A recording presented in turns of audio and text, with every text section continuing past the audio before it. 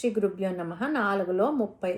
ఓం అపరే నియతాహారాః ప్రాణాన్ ప్రాణేషు జుహ్వతి survey అప్యేతే యజ్ఞవిదో యజ్ఞక్షపిత కల్మషాః. ముందుగా పదపదానికి అర్థం తెలుసుకుందాము. అపరే మరికొందరు సాధకులు, నియతాహారాః ఆహార నియమము కలవారే, మితంగా భుజించేవారు, ప్రాణాన్ ప్రాణవాయువులను, ప్రాణేషు ప్రాణములందే, జుహ్వతి హోమం చేస్తున్నారు అంటే లయం చేస్తున్నారు, సర్వే అపి ఏతే వీరందరూ కూడా, యజ్ఞవిదః యజ్ఞం యొక్క తత్వాన్ని తెలుసుకున్నవారు, యజ్ఞక్షపిత కల్మషాః యజ్ఞం ద్వారా నశింపచేయబడిన పాపములు కలవారు. తాత్పర్యం ఏమిటంటే, మరికొందరు సాధకులు ఆహార నియమాలను పాటిస్తూ ఇంద్రియాలను నిగ్రహించి ప్రాణవాయువులందే హోమం చేస్తున్నారు. పరమాత్మ ఈ శ్లోకముతో వివిధ యజ్ఞముల యొక్క వర్ణనను పూర్తి చేయుచున్నారు. మొత్తం 12 రకాల యజ్ఞాలను పరమాత్మ ఇచ్చట చెప్పారు. అందులో చివరిది ఆహార సంయమము, ఆహార నియమము కూడా ఒక యజ్ఞమే అని ఇక్కడ చెప్పారు పరమాత్మ. ఆహారం అనేది సామాన్యమైన విషయమే కదా అని కొందరు అనుకోవచ్చు. కానీ పరమాత్మ దీనికి భగవద్గీత యందు చాలా ఉన్నత స్థానం ఇచ్చి గౌరవించిరి. అనేక చోట్ల ఆహారం గురించి ప్రస్తావించిరి. దానిని చులకనగా చూడలేదు.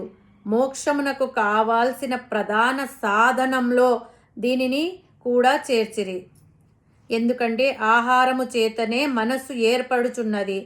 అపరే నియతాహారాః అంటే నియతమైన ఆహారము, మితమైన ఆహారము, హితమైన ఆహారమును స్వీకరించడము. ఆహారము అంటే ఘన ఆహారాన్ని సగం కడుపుకు తినడం, పావు కడుపుకి జలము అంటే నీరు తాగడం, మిగతా పావు భాగాన్ని గాలి అటూ ఇటూ తిరగడానికి వీలుగా వదిలివేయాలి. దీనినే నియత ఆహారం అంటారు. ఈ నియత ఆహారులైన సాధకులు ప్రాణాన్ ప్రాణేషు జుహ్వతి. అప్పుడు గతి తప్పిన ప్రాణ పాన వ్యాన ఉదాన సమాన ప్రాణములను ఆహార నియమములను పాటించడం ద్వారా సక్రమమైన మార్గంలో జరుగుతుంది. ఇది ఒక యజ్ఞమే. ఇప్పుడు ప్రాణవాయువులన్నీ సక్రమంగా ఎటువంటి ఒడిదుడుకులు లేకుండా వేటి పని అవి సక్రమంగా చేస్తాయి.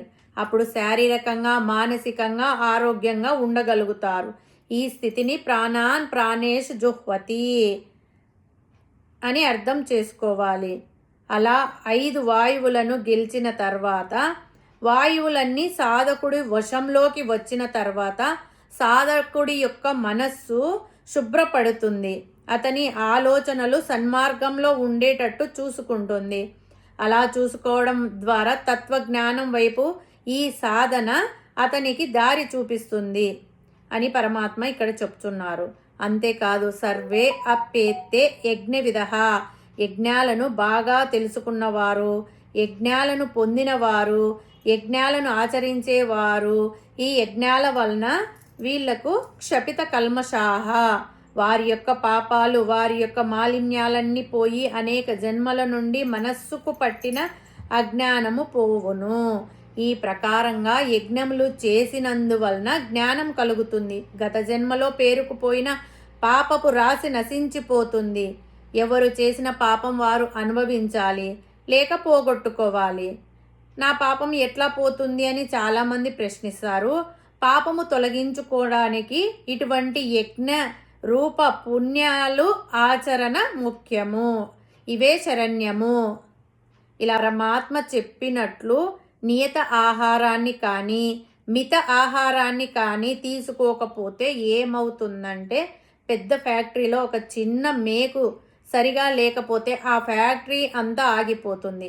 అట్లాగే రైలు పట్టాలపై ఒక చిన్న శీల ఊడితే రైలు బండికి ఘోర ప్రమాదం వాటిల్లుతుంది. అట్లే ఆహార నియమం నందు ఒక చిన్న విషయం సరిగా లేనిచో మోక్ష ప్రయత్న యంత్రాంగమంతా స్తబ్దమైపోతుంది.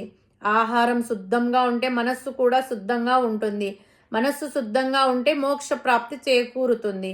కాబట్టి ఆహార సంయమమును పరమాత్మ ఇక్కడ యజ్ఞముగా వర్ణించి చెప్పారంటే ఆహారం ఏ విధంగా ఉండాలంటే 1 మితముగాను, 2 సాత్వికంగాను, 3 న్యాయ ఆర్జితంగాను, 4 భగవత్ అర్పితముగాను, 5 నియమిత కాల సేవితంగాను ఉండాలి.